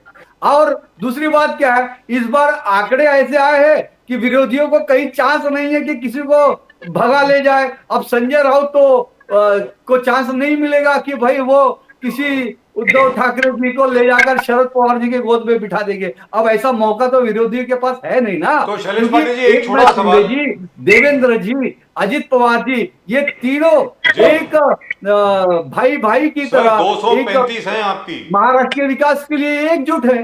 230 प्लस 5, आपके 5 इंडिपेंडेंट ने भी अपना सपोर्ट दे दिया है आपको, तो 235 हो गई आपकी। तो मैं आपसे ये जानना चाह रहा हूं कि सबसे पहले इसी चैनल के ऊपर इस बात का जिक्र आया था, मतलब एक हफ्ता पहले की बात है, कितने होंगे प्रदीप, 7-8 दिन हो गए। मुरलीधर मोहोल जी का नाम सबसे पहले इसी चैनल के ऊपर, यहीं पर दिल्ली से और नागपुर से कुछ लोगों ने बताया था कि हो सकता है कि मुरलीधर मोहोल जी को शायद मुख्यमंत्री पद दे दिया जाए। जिस प्रकार हरियाणा में मनोहर लाल खट्टर जी को बनाया गया, जिस प्रकार भजन लाल शर्मा जी को बनाया गया राजस्थान में, जिस प्रकार मनोज यादव जी को बनाया गया अपने मध्य प्रदेश में, और छत्तीसगढ़ में डॉक्टर रमन सिंह को भी बिठा दिया गया था। उनका भाई आप बहुत सेवा कर चुके हैं, बैठिए। तो कहीं ऐसा कुछ हो सकता है क्या सर? मुरलीधर मोहोल साहब या विनोद तावड़े जी, ये नाम भी आ सकते हैं क्या? आगे पूछ रहा हूँ आपसे। राजीव जी देखिए, मुरलीधर मोहोल जी ने जब ये चर्चाएं सोशल मीडिया के माध्यम से और मीडिया के माध्यम से चली, तो उन्होंने अपने सोशल मीडिया के माध्यम से उसका खंडन किया और उन्होंने अपना वक्तव्य जाहिर किया। ये सार्वजनिक डोमेन में है, सभी को पता है। जी मालूम है और लेकिन जब कॉन्ट्रडिक्शन आता है तो ज्यादातर उसमें कुछ सच होता है। ये मेरा एक्सपीरियंस रहा है। मुझे ऐसा लगता है कि अच्छी खबर के लिए हम थोड़ा इंतजार करें जी। तो बड़ा अच्छा होता है, और इंतजार का मजा कुछ और ही होता है। I agree और with जो you. होगा लेकिन मैं बहुत उम्मीद करता अच्छा हूं इस होगा, बार। महाराष्ट्र के हित में होगा। और दूसरी बात, मैं एक बात ये अवश्य कहूंगा जी, कि बोलिए ना कोई सर। भी पार्टी हो, कोई भी कार्यकर्ता हो, जिस पार्टी का कार्यकर्ता होता है या जिस नेता का कार्यकर्ता होता है, ये सबकी व्यक्तिगत चाह रहती है कि उसका नेता मुख्यमंत्री दुरुस्त बात। बने, I agree with आगे you. बढ़े। सर, तो उसमें तो कोई दो राय किसी नहीं की है। चाह रहती है, तो उसमें वो क्या चाह कहना? को भी मैं गलत नहीं कहूंगा, वो व्यक्तिगत चाह होती है। विनोद लेकिन तावड़े अगर जी को पार्टी अमित शाह प्रवक्ता के मिलना, नाते विनोद मैं एक ही तावड़े बात जी से कहूंगा, पूछना जो कि भी मराठा निर्णय होगा, तीनों मराठा पार्टी नाराज हो सर्वोच्च जाएंगे न्यायालय क्या? में तय क्या करेंगे। मराठा नाराज हो जाएंगे, फडणवीस जी को मुख्यमंत्री बनाएंगे? अमित शाह जी पूछ रहे हैं विनोद तावड़े जी से, तो ये शक के दायरे में पूरा आ जाता है कि क्या ये मराठा किसी को सेलेक्ट करने वाले ने? तो इतना गंभीर चर्चा अमित शाह विनोद तावड़े जी से क्यों करना चाहते कि मराठा नाराज हो जाएंगे क्या? देखिए, ये जो सारी बातें आप कह रहे हैं, ये सारी चर्चा मैं तो न्यूज चैनलों के माध्यम से सुनता हूँ। मैं तो कभी अमित शाह जी के मुंह से या विनोद जी के मुंह से या देवेंद्र जी के मुंह से या किसी भी नेता के मुंह से तो मैंने तो अभी तक नहीं सुनी, न किसी ने कही। तो इसलिए ये सारी चर्चाएं ये मीडिया की उपज है। मीडिया जो कुछ न करवाए, जो कुछ न जैसे कहवाए। मैंने कहा सर, वो छत्तीसगढ़ के सीएम मिस हो गए थे, विष्णुदेव साई साहब। और आप देखें पांडे जी, मुकेश गांधी साहब और नासर साहब, आप देखें कि जो लोग अभी भारतीय जनता पार्टी के मुख्यमंत्री बने हैं वो सब संघ के कार्यकर्ता रहे कभी ना कभी। नंबर 1। नंबर 2, बहुत ही लो प्रोफाइल लोग रहे, मीडिया से बिल्कुल बात नहीं करते, इंटरव्यूज भी नहीं देते। जैसे मनोहर लाल खट्टर साहब, किसको मालूम था कि एक पंजाबी को बना दिया जाएगा हरियाणा का मुख्यमंत्री? सर, पंजाबी पॉपुलेशन हरियाणा में सिर्फ 8% है, ओनली 8%। और उनकी रिप्लेसमेंट होगी नायब सिंह सैनी जो हैं वो 2.5% से कम है हरियाणा में, उनको बना दिया गया मुख्यमंत्री। और ये विष्णुदेव साई साहब जो हैं, प्रदीप जी, इनके बारे में तो किसी ने सुना ही नहीं था। ट्राइबल एरिया में काम करने वाले आदमी है। Very frankly, I want to ask Asif Faruqi साहब, CWC, सैयद नासिर हुसैन साहब, CWC ने 3 इशू उठाए। ईवीएम तो उठाए थे, करप्शन बाय अडानी उठाए, मणिपुर वायलेंस उठाए, और यूपी कम्युनल टेंशन संभल अलग अलग एरियाज में जिस प्रकार से, तो क्या इसके लिए पार्लियामेंट चलने नहीं दे रहा है बीजेपी? कैसे देखते हो आप इस चीज को? CWC नहीं, उससे पहले कुछ सवाल पहले के आपके पैनलिस्ट के रह गए, उसकी जवाब देना बहुत जरूरी था। आपने मुझे बोलने का मौका थोड़ा कम दिया क्योंकि हमारी सीटें कम आई, तो बोलने की नहीं सर, ऐसा नहीं मेरे लिए है कम सर, ऐसा नहीं है। सर, ये आरोप हम पर मत लगाइए सर, ये आरोप हम पर तो नहीं लगा। आपसे बहुत प्यार करते हैं। या हर एक को पूरा मौका बहुत मिलता है। शुक्रिया। सर, ऐसा आप जब बोलते हैं ना तो कोई बीच में बोलता ही नहीं सर, है। आप लगातार इतने Thank you प्यारे हैं so सर, much, आप हमारे thank दिल you, को, शुक्रिया। आप हमारे दिलीप कुमार है सर। अरे बोलिए। शुक्रिया सर, बहुत नमस्कार, शुक्रिया। बोलिए। नहीं, अभी सुपरस्टार दिलीप कुमार से तुलना हो गई आपकी। वाह, जी, क्या बधाई हो बात आपको, है, बहुत मुबारकबाद। बहुत शुक्रिया। ताकि इतनी बातें कह दी कि मैं अब उस पर अब शायद वार भी ना कर पाऊं, फिर भी मेरी एक आदत है, जी, बोलिए बुरा ना ना सर। मानिएगा, मैं पर्सनल नहीं बोलूंगा, मैं पार्टी के हिसाब से बात करता हूं। तो अभी क्या आपने कहा कि धर्म के आधार पे हमने एक देश बांटा है, तो हमने कौन से धर्म के आधार पे देश बांटा, ये हम जानने का। जब पाकिस्तान बन रहा था तो सभी मौजूद थे वहां पे। पाकिस्तान बनाने वाले लोग कौन थे? क्या हिंदू महासभा के लोगों ने प्रेस कॉन्फ्रेंस पुणे में नहीं किया वीर सावरकर ने कि 2 देशों की अगर किसी ने मांग की तो वीर सावरकर ने की? उन्होंने कहा मुसलमानों के लिए एक अलग देश होना चाहिए और हिंदुओं के लिए एक अलग देश होना चाहिए। क्या ये पुणे का प्रेस कॉन्फ्रेंस हिंदुस्तान के म्यूजियम में आज भी वो रिकॉर्ड में है? आपके दूसरे साथी ने कहा कि हमने कुछ भवनें बनाई होगी, तो एयरपोर्ट ऑफ इंडिया किसने बनाया, एयरलाइंस किसने बनाया, भेल किसने बनाया, भारत इलेक्ट्रॉनिक्स किसने बनाया, सेंट्रल ऑफिस किसने बनाया, कॉर्पोरेशन ऑफ इंडिया किसने बनाया, भारत इंजीनियरिंग किसने बनाया, IIM किसने बनाया, IIT किसने बनाया? ये तमाम चीज कांग्रेस के समय में बना। क्यों बोलता हूं कि ये चीजें बना और किसको फायदा हुआ? तो आप पूछेंगे तो दलितों को, वंचितों को, ओबीसी समाज के लोगों को फायदा हुआ। हम क्यों कहते हैं प्राइवेटाइजेशन कंपनी जब से आई है, जितनी सरकारी कंपनियां बंद हो गई, तो कहने को तो रिजर्वेशन पेपर पे दिख रहा होगा, पर क्या वो जमीन पे रिजर्वेशन मिलेगा? क्योंकि सरकारी कंपनियां जब है ही नहीं तो वो रिजर्वेशन का फायदा किसको मिलेगा? क्या अडानी के, अंबानी के या दूसरे पूंजीपति लोगों के कंपनियों में कोई रिजर्वेशन है? नहीं है। तो आखिर ये दलितों के, वंचितों के, ओबीसी लोगों पे हमला नहीं है।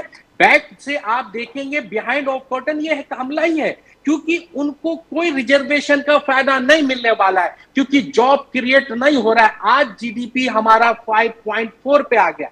क्या ये देश के लिए घातक नहीं है कि जीडीपी घट रहा है? चाइना की बात करते हैं, आज हमें लद्दाख में जाने के लिए, जहां पे हम लोग पहले जाते थे, आज चाइना से परमिशन लेना पड़ता है। चाइना आज भी हमारे जमीन से वापस नहीं गया है। आज हम लोगों ने संसद में कहा है कि आप चाइना पे जवाब दो, कोई जवाब नहीं मिला हम लोगों को, ना पिछली सरकार में मिला, ना इस सरकार में मिला। आज तक कोई जवाब नहीं मिला। चाइना कहां तक घुस के आ गया है? तो चाइना वैसे ही खड़ा है जहां पहले खड़ा था। आज हम उनसे परमिशन लेके हम दौरा करते हैं कि हमें कहां जाना है। तो तमाम चीजें हैं। और हमने सीडब्ल्यूसी में ईवीएम की बात की, तो मैंने बार बार कहा है ईवीएम का जवाब इलेक्शन कमीशन ऑफ इंडिया को देना होगा। हम हर मंच से उठाएंगे। क्या दंगा फसाद यूपी में नहीं हो रहा है? क्या पुलिस ऑफिसर ने वोटरों पे गोलियां नहीं चलाने की कोशिश की है? क्या वहां पे पत्थरबाजी नहीं हो रही है? आए दिन धर्म के नाम पे, कहीं पे अजमेर के नाम पे मंदिर खोजा जा रहा है, कहीं संभल में शाही मस्जिद के नाम पे, धर्म के नाम पे मंदिर। तो ये वार रुकेगा कहां? अगर धर्म के नाम पे अगर हम लड़ते रहे तो ये बांग्लादेश और हम में क्या फर्क रह जाएगा, जहां जुबान और धर्म के नाम पे लोग लड़ रहे। हम लोकतांत्रिक देश में रहते थे, हर मजहब के लोग रहते थे, गंगा जमुना तहजीब हमारे यहाँ जाना जाता था। आज उन सब चीजों पे हमला है। हम इसलिए सीडब्ल्यूसी में इन बातों को लेकर आए ताकि हमारे हार्मोनी बने रहे, तमाम मजहब के लोग एक छत के नीचे रहे। और अब इन्होंने कहा, एक मौलाना की नाम ली थी, मेरे दिमाग से स्किप हो गया था, मौलाना साद की, तो मैंने आपके चैनल पे उसकी भाषणा की थी। हमने बोला था ऐसी कोई सपोर्ट नहीं चाहिए, ये फेक न्यूज है। सज्जाद नोमानी, हाँ, सज्जाद नुमानी साहब की ये फेक न्यूज है। कांग्रेस ने उस बात की खंडन की, राहुल गांधी ने प्रेस कॉन्फ्रेंस में खंडन की, हमारे तमाम प्रवक्ताओं ने खंडन की, फिर भी आपने उसका गलत नैरेटिव चलाते रहे। तो ये हार्मोनी पे ही तो हमला है। मजहब के नाम पे अगर हिंदुस्तान लड़ेगा, कभी मराठा समाज लड़ेगा, कभी ओबीसी समाज लड़ेगा, कभी दूसरे समाज, तो ये देश जाएगा कहां? सबको यूनाइट होना होगा। इसलिए मैं कहता हूं मजहब के नाम पे मत लड़ाओ, बहुत हो गया दंगा फसाद, अब करो, खत्म करो। अब आपके पास है सत्ता ना, चलाइए, देखते हैं कैसे मराठा रिजर्वेशन देते हैं, कैसे आप लोगों को देते हैं। जो वादे आपने मैनिफेस्टो में किए हैं वो जमी पे आएगा या नहीं आएगा, वो हमें देखना है। हमें देखना है किसानों का सुसाइड रुकता है कि नहीं, सोयाबीन किसानों को सही दाम मिलता है कि नहीं, कांदा प्याज आलू बटाटा वालों को सही दाम मिलता है कि नहीं। तमाम चीजों पे हमारी पैनी नजर रहेगी। सीटें कम हो गई पर आवाज वही 288 के हिसाब से उठेगी। आवाज कम नहीं होगी, चाहे सीट हमारी एक हो जाए, पर आवाज उतनी ही बुलंद से उठेगी। जबरदस्त ना। Let me go to Mukesh Gandhi साहब। मुकेश गांधी साहब, नासिर जी, जो अभी बात, राजीव जी, मैं आ रहा हूं, देना शैलेश चाहूंगा। Pandey ji, I give you the final word. मैं आप ही के पास आऊंगा आखिर में। मुकेश गांधी साहब, एक बात जो नासिर साहब ने कही, बड़ी इंपॉर्टेंट बात है सर। मैं आपको याद दिलाना चाहता हूं, हाल ही में आदरणीय, सम्माननीय, मोस्ट रिस्पेक्टेड, मैं बहुत रिस्पेक्ट करता हूं उनकी, आप भी करते हैं, शैलेश पांडे जी भी करते हैं, मैं उम्मीद करता हूं नासिर साहब भी करते होंगे। करते हैं कि नहीं मुझे मालूम नहीं, लेकिन करते होंगे जरूर। मोहन भागवत जी ने अपने दशहरा संदेश में यह कहा था कि भैया देखो, हर मस्जिद के नीचे कृपा करके शिवलिंग मत ढूंढो, हर मस्जिद के नीचे शिवलिंग ढूंढना बंद कीजिए, हम सब लोग एक हैं हम सब लोग, ऐसा मोहन भागवत जी ने कहा। तो सर आपको लगता नहीं कि अब ये बंद होना चाहिए? मुकेश गांधी साहब, कभी संभल में, कभी अजमेर शरीफ पे, कभी कहीं और, कभी कहीं और, अब तो बंद करो सर। आपको क्या लगता है मुकेश गांधी? हाँ, देखिए राजीव जी, बोलिए सर। जो भागवत जी ने जो रेफरेंस में कहा, क्योंकि उनको कम्युनल हार्मनी टिकानी है इस देश में, हिंदू मुसलमानों को एकता से बांध करके ये देश को चलाना है। करेक्ट है। मोहन भागवत जी मस्जिद में भी जाते हैं, मौलाना को भी मिलते हैं, सबको मिलते हैं और अमन चैन की बात करते हैं। पर अगर ऐसा होगा तो कांग्रेस को भी जो रिलीजियस एक्ट जो राजीव गांधी ने इंट्रोड्यूस किया और हमारे टेम्पल वर्शिप एक्ट के ऊपर जो संशोधन करने की आज जरूरत है, और वो टेम्पल वर्शिप एक्ट आएगा। आज जो यूपी में जो चल रही है, जहां हमारा मंदिर था वो मंदिर पे आपने मस्जिद बनाई है। ऐसे हिंदुस्तान में कई मंदिर है कि जो मुगल आक्रांताओं ने आकर के इस मंदिर को कन्वर्ट करके तोड़ के उनका चांदी को निकाल के अपने बेनिफिट के लिए वापरा और मूर्तियों का खंडन किया और कई लोगों का, बहनों का मेरी बलात्कार किया उस टाइम में, और वो मुगल आक्रांताओं ने किया। हम आज के हिंदुस्तान के मुसलमानों को उसके लिए दोषी नहीं कहते हैं। फिर अगर वर्शिप चेंज होना चाहिए और जितने भी मंदिर में, जितने भी मस्जिद में जो मंदिर थी उनका ओरिजिनल नाम और धर्म और पूजा का हमको विश्वास देना चाहिए। ऐसा आज एक हिंदुस्तान में आवाज उठा है और ये उठा हुआ आवाज जो है ना वो मेरा और आपका नहीं है सर। हम तो बंबई में रहते हैं, पर आप गांव गांव यूपी में, बिहार में, उड़ीसा में, केरला तक आप जाएंगे तो ये आवाज अभी उठ गया, इसको कोई शांत नहीं कर सकता है। और आज कोई भी होगा, पर मोदी जी को भी आगे जाकर के ये वर्शिप एक्ट को चेंज करना पड़ेगा जो कांग्रेस ने हमारे माथे पे ठोक दिया है। गांधी साहब, मोहन भागवत जी ने और एक कदम उठाया। उन्होंने कहा कि 3-3 बच्चे पैदा करना पड़ेगा, 3 बच्चे जरूरी है, मोहन भागवत जी ने कहा। तो क्या पूरे देश में कानून इसके लिए भी बनेगा कि हर व्यक्ति 3 बच्चा पैदा करे? How do you see this? Mohan Bhagwat ji का जो कहा, उन्होंने बहुत सीरियसली कहा। इसमें क्या है कि मुसलमान के धर्मगुरु उनको कहते हैं कि 10-12 बच्चे पैदा करो और पैदा करके करेंगे। तो हिंदू के जो लोग हैं उनके नेता बोलेंगे आप 3 बच्चे तो पैदा करो। सर, ये बात से कोई देश में कोई अमन चैन टूटने वाला है, कोई शांति होने वाली नहीं है। कितने बच्चे पैदा करने चाहिए वो तो अपनी अपनी ताकत के ऊपर, अपने फैमिली बैकग्राउंड और फाइनेंशियल स्टेटस के ऊपर रहता है। और मैं तो आज भी समझता हूं कि आज मेरे मुस्लिम भाई कई हैं, पर कई किसी के भी 10-12 बच्चे नहीं है। और हम सबको अभी अमन और चैन से रहना चाहिए, इतना मैं मानता हूं। और मैं तो यही कहता हूं कि टेंपल वर्शिप एक्ट जो है उसमें अमेंडमेंट आनी चाहिए। टेंपल वर्शिप एक्ट और प्लेसेस ऑफ वर्शिप एक्ट इतना से रहना चाहिए sir. Places of worship act और temple worship act? Temple worship act, sorry, places of worship act, right? You are talking about the places of worship act? हाँ, yes. where they said the status should not be changed after 1947. दंगे क्यों हो रहे हैं? Right, okay. I just wanted to ask Pandey ji also, क्या मोहन भागवत जी का जो आजकल में कहा है वो कानून बन सकता है? बिकॉज मोहन भागवत जी जब कुछ कहते हैं बहुत सोच विचार करके कहते हैं। शैलेश पांडे जी, इसमें कहीं ना कहीं पूरे देश को संदेश है और मोदी साहब को भी संदेश है। क्या इसमें कोई कानून बनेगा? अभी तो यह है कि 2 बच्चे से ऊपर है तो आप चुनाव भी नहीं लड़ सकते, आपको कोई बेनिफिट्स नहीं मिलेगा। क्या 3 बच्चे का कानून बनना तय है अभी आगे जाके? मोहन भागवत जी ने जो कहा, देखिए प्रदीप जी, आदरणीय मोहन भागवत जी ने जो भी कहा वो देश की स्थिति परिस्थिति के अनुसार का, और वो एक विषय जो लोक संख्या के गणित पर वो चर्चा कर रहे थे, उस परिप्रेक्ष्य में उन्होंने बात कही। लेकिन फिर भी अगर हम देखते हैं देश में जिस प्रकार से बहुसंख्यक समाज की जनसंख्या मुस्लिम समाज की तुलना में पहले से घटी है और मुस्लिम समाज की जनसंख्या बढ़ी है, तो ये भी तो एक चिंता का विषय देश के बहुसंख्यक हिंदू समाज का है। आप देखेंगे कि आज देश के अंदर 7 से अधिक राज्यों में हिंदू माइनॉरिटी में चले गए हैं, अल्पसंख्यक हो गए हैं। आखिर में इसके पीछे भी जो कारण है उसका तो कारण जानना पड़ेगा, उसका भी दुरुस्तीकरण तो करना ही पड़ेगा। ये मेरे भाई जब बोल रहे थे तो बोले कि ये धर्म के आधार पर ये सारी चीजें नहीं हुई। मैं छाती ठोक के कहता हूं और बार बार कहता हूं, इस देश का बंटवारा धर्म के आधार पर हुआ। मुसलमानों को पाकिस्तान दिया गया, बाद में पाकिस्तान 2 टुकड़े में हो गया, पाकिस्तान और बांग्लादेश हुआ। तो उस आधार पे अगर मैं उस वक्त जिंदा होता या पैदा हुआ होता तो मैं तो यही कहता, और आज भी मैं जो इतिहास पढ़ के कहता हूं कि अगर देश के एक भाग को धर्म के आधार पर बांटा गया और एक भाग इस्लामिक देश बना तो दूसरा भाग तो हिंदू राष्ट्र बनना ही चाहिए। हालांकि हम इसे हिंदू राष्ट्र ही मानते, लेकिन संवैधानिक रूप से ये हिंदू राष्ट्र बनाना ये बहुसंख्यक समाज की चाहत है, इच्छा। क्यों? क्योंकि जब तक ये देश हिंदू राष्ट्र नहीं बनेगा, इस देश में हिंदुओं को और सुरक्षा और मान सम्मान मिलना।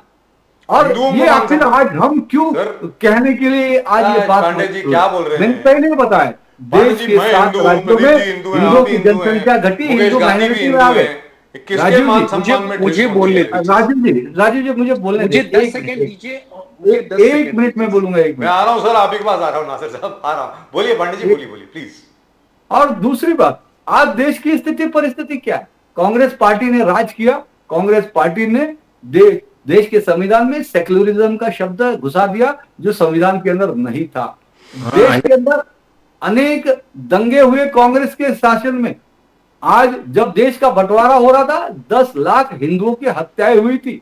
लाहौर से ट्रेन के अंदर हिंदुओं को काट काट कर ट्रेन भरी भरी आज हिंदुस्तान में दोनों तरफ से है सर, दोनों तरफ। आज किस तरह से हिंदुओं पर अत्याचार हुए, कश्मीर में अत्याचार हुआ, इतिहास से आपने पढ़ा है। और आज भी देख रहे किसके इतिहास से पढ़ा है? गणपति उत्सव पे पत्थरबाजी हो रही है, नवरात्रि उत्सव पर पत्थरबाजी हो रही है। पढ़ा है आज अभी राजस्थान में कन्हैया लाल का गला काट दिया जाता है साहब, कन्हैया लाल का गला काट दिया जाता है फेसबुक पोस्ट के कारण। आखिर में ये अंधापन, ये धर्मांधता ये कैसे आ रही है मुसलमानों के अंदर? आज जो भी आतंकवादी बम ब्लास्ट करता है, पकड़ा जाता है, वो सिर्फ मुसलमान ही क्यों होता है साहब? ये प्रश्न है। मैं बहुत दर्द के साथ ये बोलता हूं, 95 के बम ब्लास्ट में खुद मेरे पिताजी वो फर्स्ट क्लास के डब्बे में थे और सीरियस इंजर्ड थे। वो 3.5 महीना हॉस्पिटल में थे। उस वक्त आडवाणी जी उनसे मिलने के लिए आए थे। लेकिन आज वो दर्द मेरे दिल में अंदर है कि मेरे पिताजी बम ब्लास्ट में वो घायल हुए थे, 3.5 महीना वो हॉस्पिटल में एडमिट थे। आज अगर हमें कोई गाली देता है तो हम उसको गाली का जवाब गाली से देते, कोई हमको थप्पड़ मारता है तो हम थप्पड़ का जवाब थप्पड़ से देते। लेकिन मेरे जैसे अनेकों के माँ बाप घायल हुए और कईयों के शहीद हुए। आज वो किसको थप्पड़ मारे, किसको गोली मारे, किससे बदला ले? मुझे बताइए, ये पीड़ा क्या बहुसंख्यक हिंदुओं का इस समाज के अंदर नहीं है क्या? आज उसके बाद भी आप वक्फ बोर्ड बना देते हो, आप माइनॉरिटी कमीशन बना देते हो, आप वर्शिप एक्ट लगा देते हो। आप तरह तरह से हिंदू समाज को प्रताड़ित करने के लिए एक माइनॉरिटी सिर्फ वोट बैंक के खातिर आप मुसलमानों के लिए तरह तरह का आयोग गठित कर देते हो, तरह तरह की उनको सिफारिश करके देते हो। और उसके बाद भगवान की बात किए जा रहे हैं, आप खड़े हो जाते हो, भगवान राम मंदिर है जो आप नासिर साहब से गलत बहिष्कार करते हो, आप हिंदू धर्म को डेंगू मलेरिया कहते हो, आप श्री राम बहिष्कार करते हो, शैलेश पांडे जी। हम आज राहुल गांधी क्या कहते, हिंदू हिंसक होते, आज हिंदुओं को आप हिंसक बना दिए। आप की कांग्रेस ने भगवान आतंकवादी बना दिया। आप हर तरह से कुचलने का षड्यंत्र पांडे जी, आप चुनाव जीत चुके हैं, आप आज तक किया है, लोग आपके साथ हैं, चुप नहीं बैठेगा। अरे पांडे जी हो गया सर, जब से मैं शैलेश पांडे जी आप वही हिंदुओं की क्या हालत होती? शैलेश पांडे जी आप वही चीज रिपीट कर रहे हैं सर, आपकी बात 4 बार आ चुकी है। Shailesh Pandey ji please let somebody else also speak. जब से ये चैनल, मैं कह रहा हूं, जब से ये बैठे इसी संविधान के विरोध में ये बात कर रहे हैं, जब से ये संविधान के खिलाफ बात कर रहे हैं, हर धर्म के लोगों को यहाँ पे ये गालियां दे रहे हैं, कह रहे कि हमारी इतिहास झूठी है। तो इन्हें कैसे पता चला कि 10 लाख हिंदू मरे? वो इतिहास किसने दिया? इतिहास तो झूठा ही लिखा ना। अभी आप कांग्रेस पार्टी ने लगातार 4 शिक्षा मंत्री किसको बनाए? करिए सर, ये गलत इतिहास लिखा, वो झूठा इतिहास लिखा। नहीं होता है, यही तो आप लिखा आपने महाराणा प्रताप पर मुगलों की चिल्लाने से सच जब मैं स्कूल में था आप बिल्कुल छोटे से बच्चे होंगे, शायद पैदा भी नहीं हुए होंगे। शैलेश पांडे जी एनसीईआरटी की किताब पढ़ी आपने के लिए? 5th स्टैंडर्ड में 5वीं क्लास में और इस देश में अरे सर, सीबीएसई बोर्ड की अगर बात करें, एक second, Shailesh Pandey ji please, Shailesh Pandey ji this is not right, Shailesh Pandey ji this is not right, this is very unfair, mister Pandey, this is very unfair sir, mister Pandey please have the courage to listen. Maharani Lakshmibai को मरवाने वाले ग्वालियर के घराने के लोग आपकी पार्टी में हैं, आपकी पार्टी में। किसकी बात कर रहे हैं आप? जितने भी रजवाड़े जिन्होंने अंग्रेजों के साथ कोऑपरेट किया आज बीजेपी में हैं। Let's not go there sir, बहुत लंबी बात हो जाएगी नहीं तो। नासिर साहब आप कुछ बोलना चाहते थे? एक शो की मर्यादा है, मुझे चंद सेकंड लेकिन में ज्यादा कांग्रेस पार्टी ने जो Hindu sir, why did you accept Vijay Raje Scindia in your party? मुगलों का महिमा मंडन विजय राजे सिंधिया के हस्बैंड शिवाजी राव सिंधिया आपकी पार्टी में आपने एक्सेप्ट क्यों किए? Why did you accept? Jaipur घराना आपने एक्सेप्ट किया, बाकी सारे घराने आपने एक्सेप्ट किए, जितने भी अंग्रेजों के पिट्ठू थे आपने एक्सेप्ट किए। महारानी लक्ष्मीबाई को भागना पड़ा ग्वालियर से, गेट बंद कर दिए गए। क्या कर रहे थे आप? झांसी की रानी के ये भाई सिंधिया है। मुझे बताइए कांग्रेस पार्टी की स्थापना किसने की? सर क्या बात कर रहे हैं? कांग्रेस पार्टी के सबसे पहले प्रेसिडेंट, कांग्रेस पार्टी के सबसे पहले प्रेसिडेंट का नाम एसपी बनर्जी था। अंग्रेज ही थे ना, सर एसपी बनर्जी था।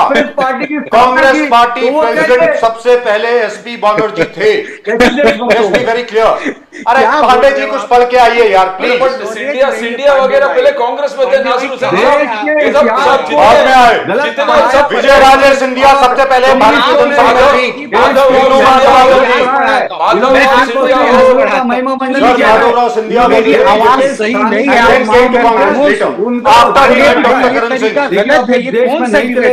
देश की जनता बिल्कुल मंजूर नहीं अरे करेगी। नासिर साहब आप मुझे ये बताइए, आप मुझे ये बताइए कि पार्टीशन के वक्त के पहले ये क्या हुआ कि बंगाल में और नॉर्थ वेस्टर्न फ्रंटियर प्रोविंस में हिंदू महासभा की अलायंस थी मुस्लिम लीग के साथ जिन्ना की। यस, बंगाल में किसकी सरकार थी? इनके श्यामा प्रसाद मुखर्जी किसके मिनिस्टर थे? बताओ, श्यामा प्रसाद मुखर्जी कहाँ थे? पता है Shyama Prasad very good friend of mister Mohammad Ali Jinnah. Where is the problem?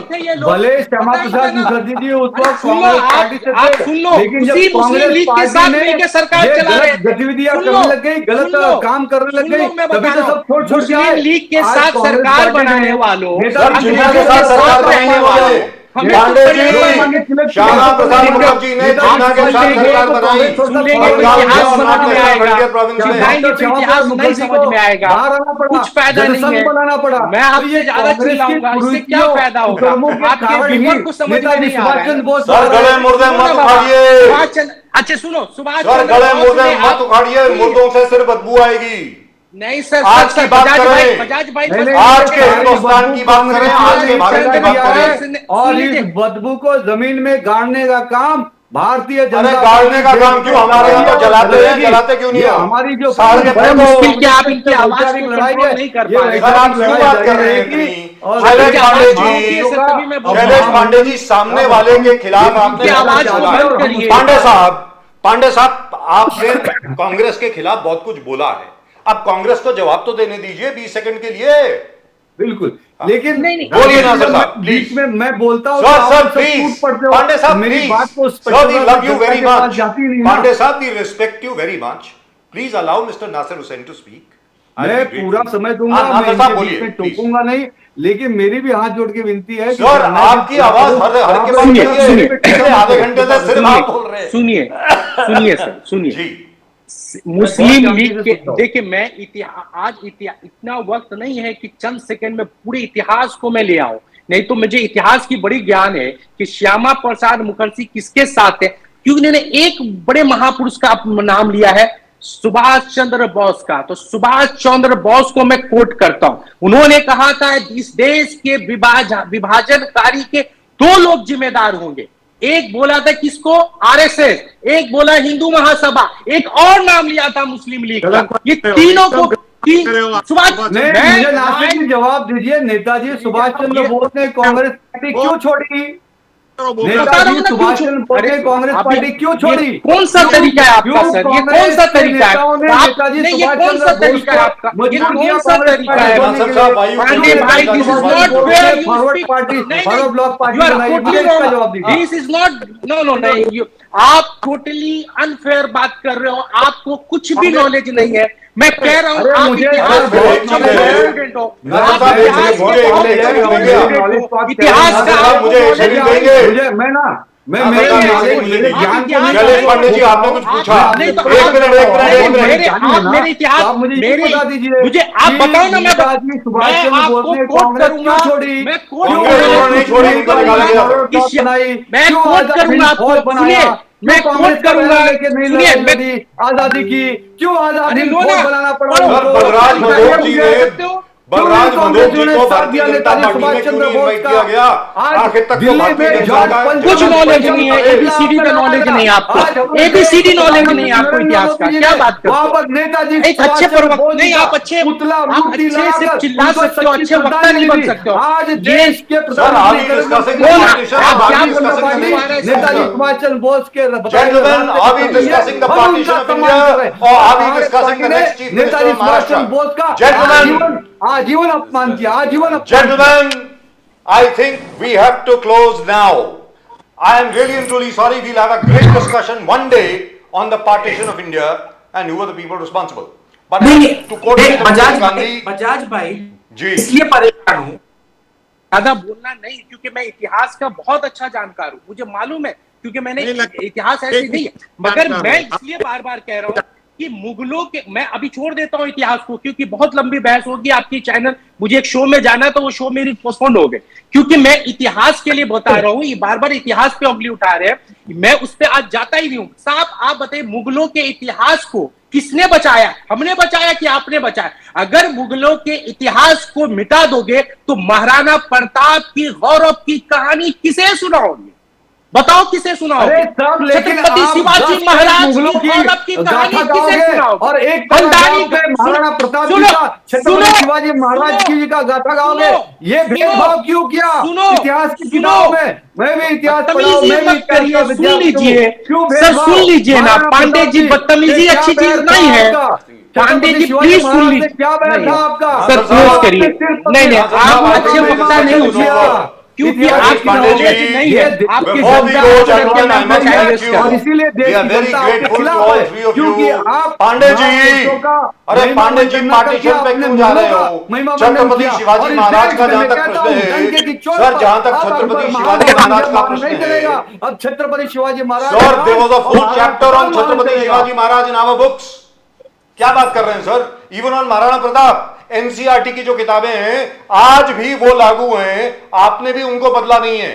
They are the same books and they are the same books. Certainly there were some people जिनके बारे में बहुत ज्यादा होना चाहिए था, नहीं था, लेकिन छत्रपति शिवाजी महाराज के बारे में तो पूरा चैप्टर था।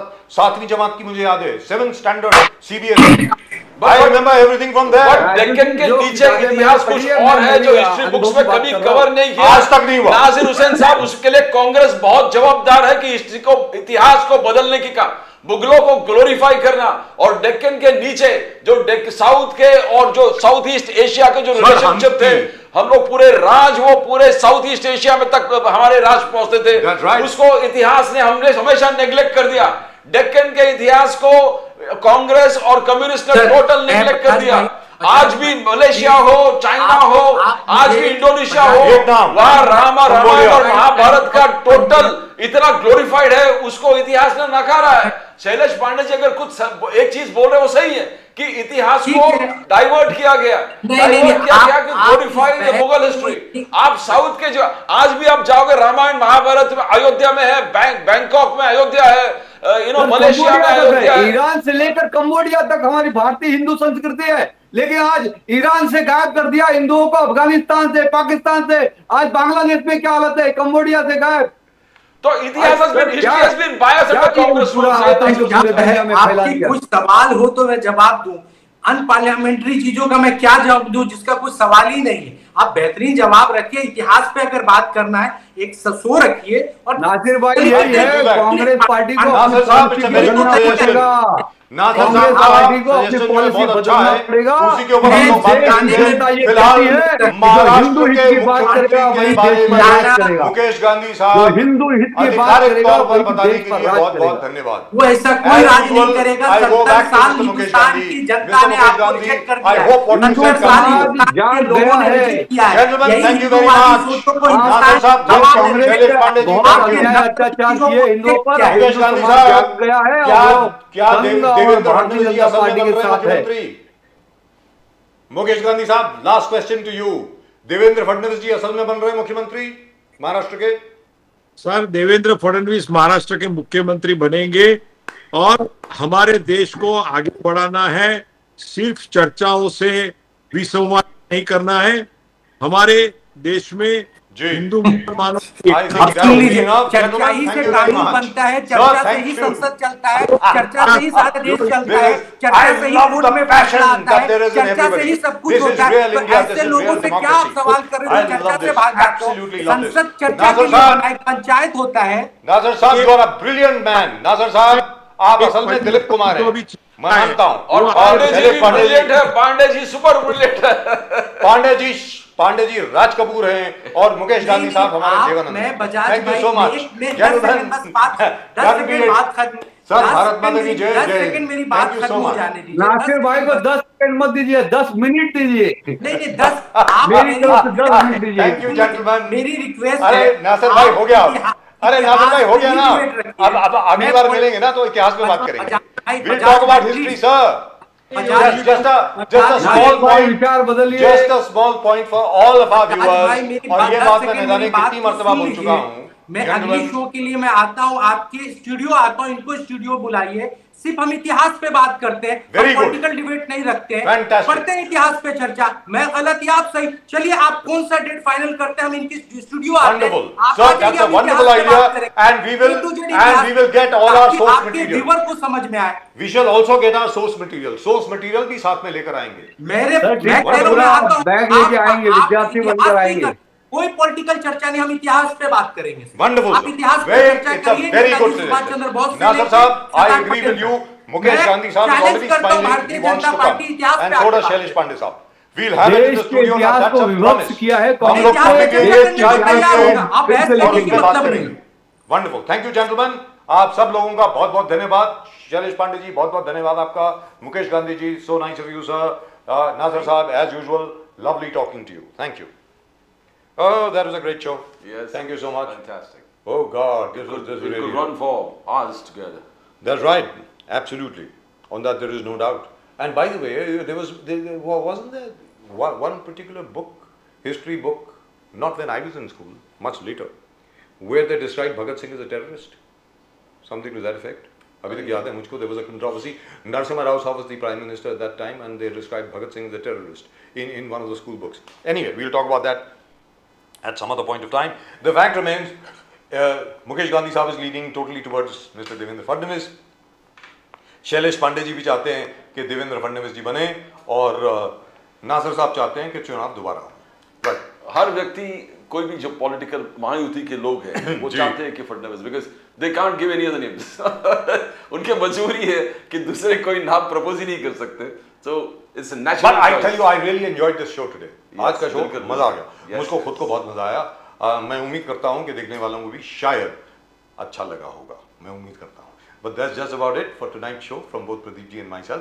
आप जरा उस पे भाई सब्सक्राइब जरूर करें यार चैनल को, अगर अभी तक नहीं किया है तो please do subscribe to the channel and do send in your comments, as colorful or as whatever they might be. I'll read out all of them right here. That's it. That's all we've got for you. Pradeep ji और मेरी तरफ से आप सब लोगों को नमस्कार। जय हिंद, जय महाराष्ट्र, जय भवानी, जय शिवाजी, वंदे मातरम। वंदे मातरम।